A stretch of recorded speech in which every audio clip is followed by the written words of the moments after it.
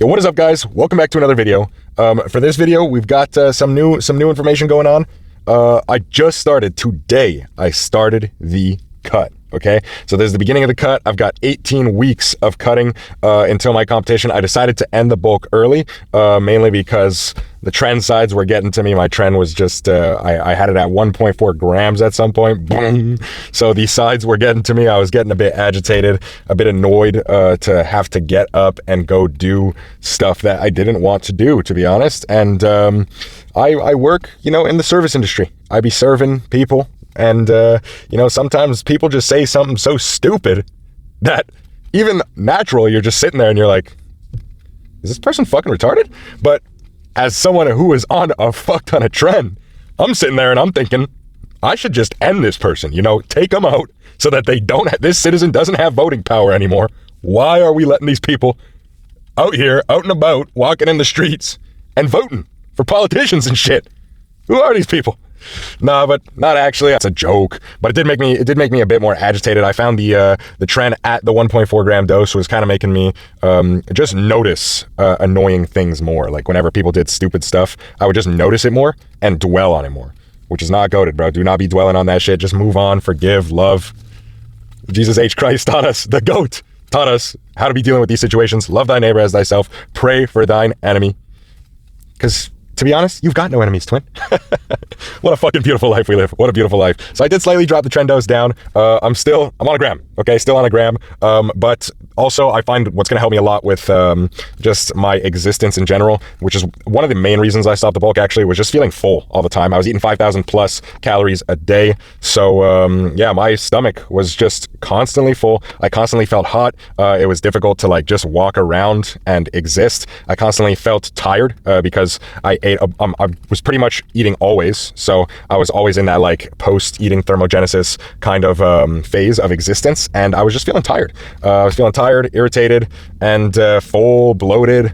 So existence wasn't the greatest, but we are up 25 pounds since starting the bulk. So I think the bulk was pretty good. I obviously did gain fat with that. I am still really lean though, as you're gonna see in the gym today. Still looking really lean. So I gained 25 pounds, most of it being muscle, it looks like. My bench went from 295 all the way up to, I think it's around 365 right now. My squat and deadlift also both went up around 100 pounds each. I did stop squatting and deadlifting though, because my weights were going up too quick and my lower back was not feeling it. So we're gonna be doing mainly machine work today. I also did recently injure my knee. So we're here at Atlantis Gym, the best gym in Quebec. They've got a lot of cool machines, so this leg day is still going to be a sick one. And also, I'm going to show you guys what I ate throughout the day. However, I'm switching up. Okay, switching up the kind of way my channel is being ran, I guess. Before, I was kind of more vlogging with a purpose of showing you guys some cool new stuff in the vlogs, like a lot of the gym reviews, the Young LA clothing haul, the day in the life stuff. But now for the cut, just to kind of keep myself accountable to the cut, keep myself accountable to the training, and keep myself accountable to the filming and uploading, and just to kind of drop out more content for you guys so you get to kind of know me more, I am going to be filming every single workout session. We're kind of doing something similar to, I guess, Sam Sulek. I'm just going to be filming every workout session for the cut and showing you guys the calories every day, keep myself accountable to everything, and show you my weight trend, where I'm going throughout the cut for the next 18 weeks. Now, am I going to cut for 18 full weeks? To be honest, I don't think so. 18 weeks is a long time to be cutting for how lean I am right now. So as you're going to see in the gym, we're going to hit a pose down in the sick Atlantis posing room, by the way. So you're going to see how lean I am. I'm definitely a lot less than 18 weeks out, but that does give me a bit of leeway to cut a bit slower, which will be better for my mental, especially on gear and especially working in the service industry. You kind of want to keep your mental as good as you possibly can, unless I'm trying to just straight start swinging on a guest, you know what I'm saying? But nah, in all seriousness, 18 weeks is a lot, but it gives me more kind of playroom with what kind of a rate of cutting I'm going to be doing. If I'm going to be cutting the whole way through, I might even do some maintenance phases, maybe some maintenance phases for peaking practice, stuff like that. It just gives me a bit more leeway, so I think it's a pretty good idea. I'm not expecting to bring the absolute best 225 pound shredded to the fucking gills package to the stage. I'm probably going to be around 190, 200-ish on stage, so it's going to be a really good package. It's going to be the best package I've ever brought, but it is definitely not going to be a Mr. Olympia level package. I'm just more doing this competition to kind of get some feedback on what I need to work on during my off season and what kind of direction I want to take my bodybuilding career. So I'm going to be dropping a lot more stuff for you guys. Sorry, I'm always yapping in these vlogs. I don't know why. I just keep yapping, bro. I just keep talking. The mouth just keeps going. Like, what the hell's going on? So we're going to get in there. I'm going to show you guys my leg day. I did recently injure my knee. So I'm going to be taking my hamstring work a bit light because I didn't injure the front of my knee. I injured the back of my knee. So my hamstrings are a bit weak. I don't want to re-injure them. They're healing pretty decent right now. So I'm just going to be taking it a bit light. Sometimes you gotta train through the pain, but you don't want to detrimentally train through the pain. You got to train through the pain sometimes because you need to be making progress. I've got goals to reach this year. I've got a competition deadline that I have to hit, and I'm trying to have big hamstrings for the competition, obviously. So yes, sometimes you are going to have to train through the pain, but you don't want to train through so much pain at such a high intensity that you re-injure yourself and set yourself back more than you would have set yourself back by not training. So we're going to take my hamstrings a bit light today. We're going to try out a bunch of cool new machines. I'm going to give you guys a little talking throughout the vlog. I'm also going to be switching up the way I vlog in that I'm going to be giving you guys live commentary instead of just doing voiceovers and stuff like that. I think that'll be a bit more entertaining for you guys. It'll be a bit more off the cuff, so that'll be fun. And I could give you guys a bit more of my feedback of what I'm thinking in the moment while I'm doing the exercise. So see you in there for a leg day. Then I'll see you after for a pose down. And then maybe after that for a little outro. You know what I'm saying? I'll see you guys in a bit. Yep.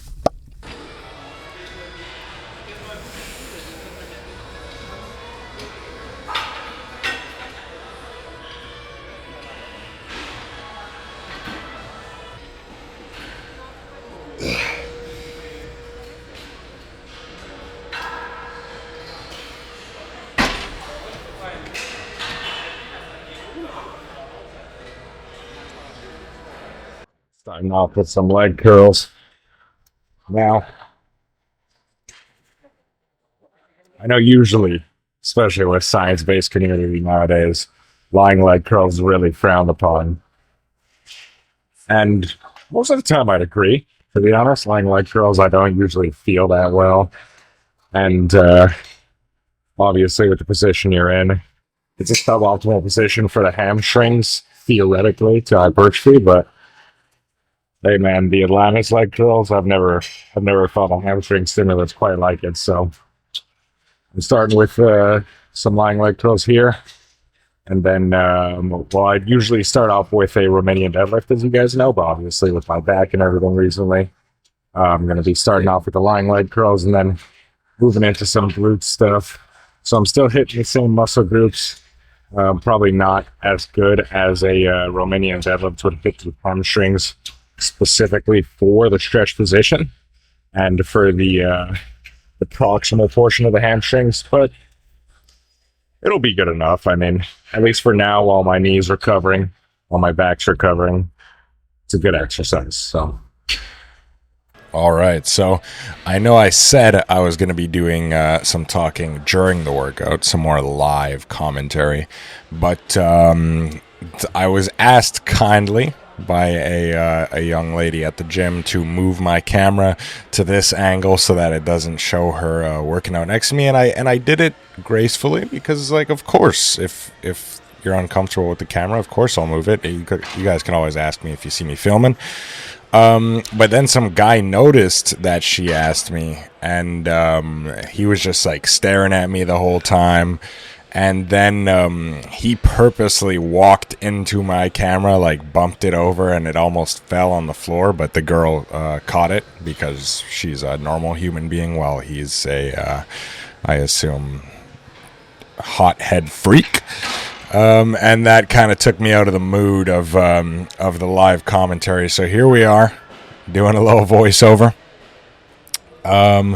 And as you guys seen, I just finished the lying leg curl, moved on to a quad exercise, because as we know, I like to do opposites, just to kind of keep each muscle fresh while I'm moving on to the next exercise.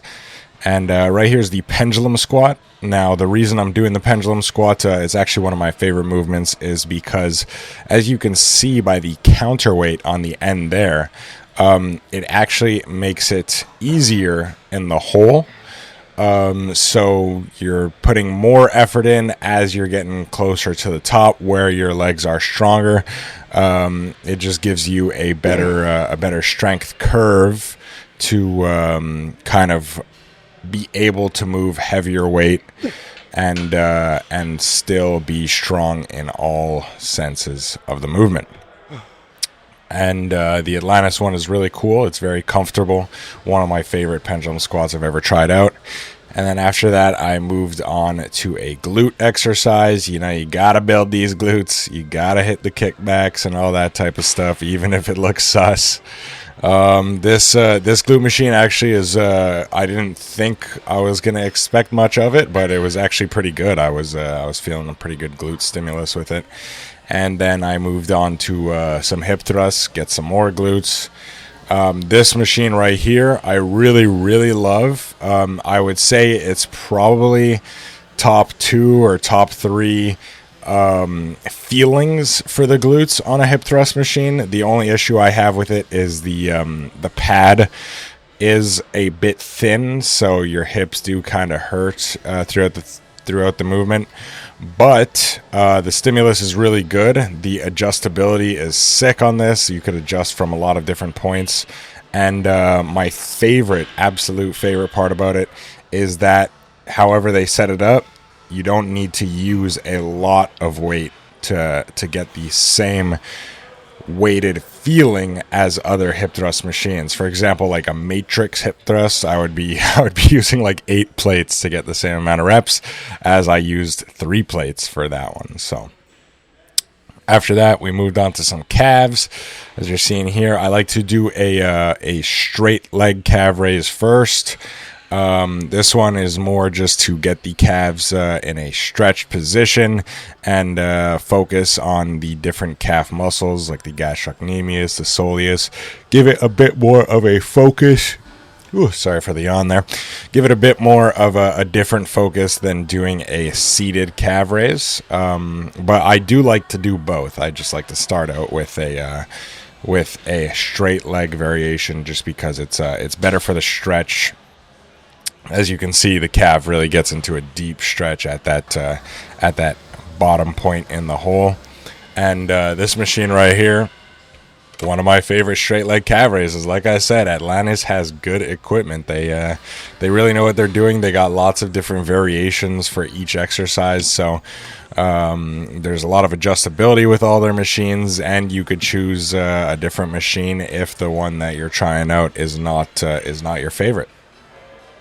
After that, I moved on to some leg curls, some seated leg curls. Now, seated, I do like a lot more than lying. However, the Atlantis lying leg curl, as I said before, I do feel a really good stimulus with, so I'm not super upset about using the lying leg curl.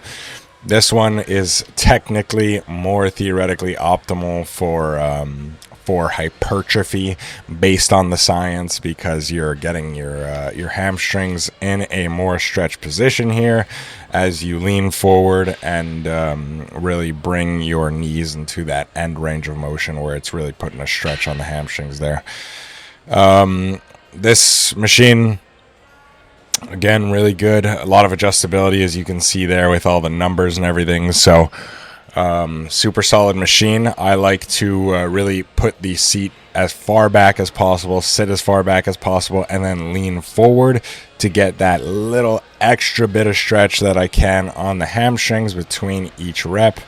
And a little trick I do is I point my toes forward at the start to kind of reduce the amount of calves that's being used in it, and then I curl them up near the end when I'm getting closer to failure. It gives you a little extra boost in strength. It's just a little trick for you guys. And then we moved on to, as you see here, some leg extensions. Now for these, as you guys have probably seen in some past videos, I like to do a sissy leg extension variation where I'm floating over the chair, putting as deep a stretch as I can in on my quads in that top range of motion, and then sitting back down with each curl to really get as deep a contraction as I can with each rep. And this is just one of my favorite exercises to do for the quads. It's where I feel it the most, and it's I believe what has given my quads the most separation between each muscle group in the quads. So if it's something you haven't tried out, go to your gym and try out that sissy leg extension variation. It's a really cool variation, and I think it's given me a lot of growth. After that, again, we're moving back on the glutes. We're hitting the sus machine, giving you guys a bit less sus of an angle here. This one is actually really good. I really enjoy the Atlantis sus machine more than a lot of other ones that I've tried out. But later on in my training, I do actually find an even better one hidden somewhere in Atlantis. So stay tuned for my future videos to see the really cool sus machine that Atlantis has somewhere in this gym. Other than that, though, this one is pretty solid. As you can see, I do use the full stack, though. Then we move on to some seated calf raise variation. Now this right here is my absolute favorite seated calf raise that I've ever used. Most calf raises, when you're pushing down, you're lifting the pad. This one, you're pushing down on the plate and moving the plate beneath your feet, not moving the pad that your knees are on. So this one feels a lot different than most other seated calf raises that I've ever done, and it's for sure it's 100% my favorite seated calf raise. It also gives you a lot of motion. Like, I could get a full range of motion on this. For a lot of seated calf raises, I really can't. So if you guys ever see an Atlantis seated calf raise like that, try it out. It's genuinely like a very different stimulus than most other seated calf raises. And then obviously for the abs, can't forget to hit a little pho machine, a little back shots machine. This one I actually really like because I used to do a lot of leg raises, like hanging leg raises or candlestick leg raises. But with that, it's mainly body weight, so I can't really load it as much. I would just have to increase the reps each week, and that gets you to like 30 plus reps, which I don't really like. But for this one, it lets you load your legs. So that's a really sick machine. If you guys ever see it, try it out. I'm telling you, man, these Atlantis machines, they're next level. They're not all quite on prime level. I mean, there are some machines that are better for prime than for Atlantis, and vice versa, but still really good. So they got some really good equipment here. And I moved on, of course, again to another glute exercise, or a glute focus exercise. You can do this one more for lower back or for hamstrings, but the way that I'm doing it gives it a bit more of a glute focus. I point my toes outward and just focus really hard on contracting with the glutes rather than using my hamstrings or lower back. And then we're on to posing, so hope you guys enjoyed the voiceover.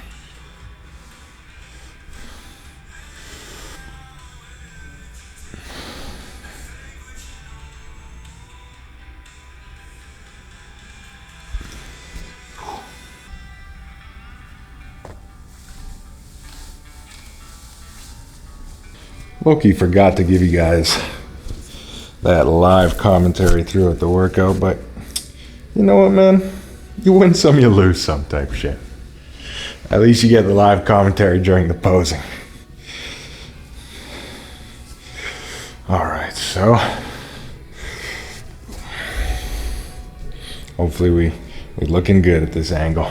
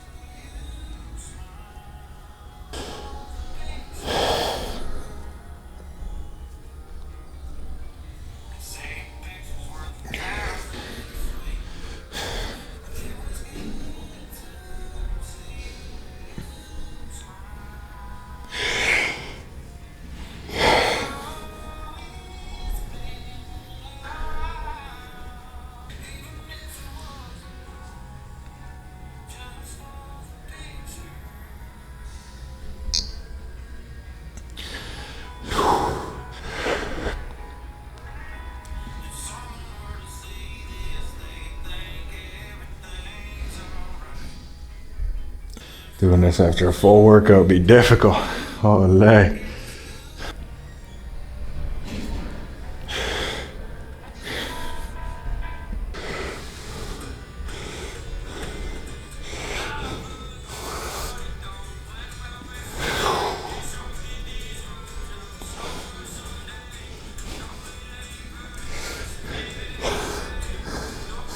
Damn, bro. After a leg day is crazy.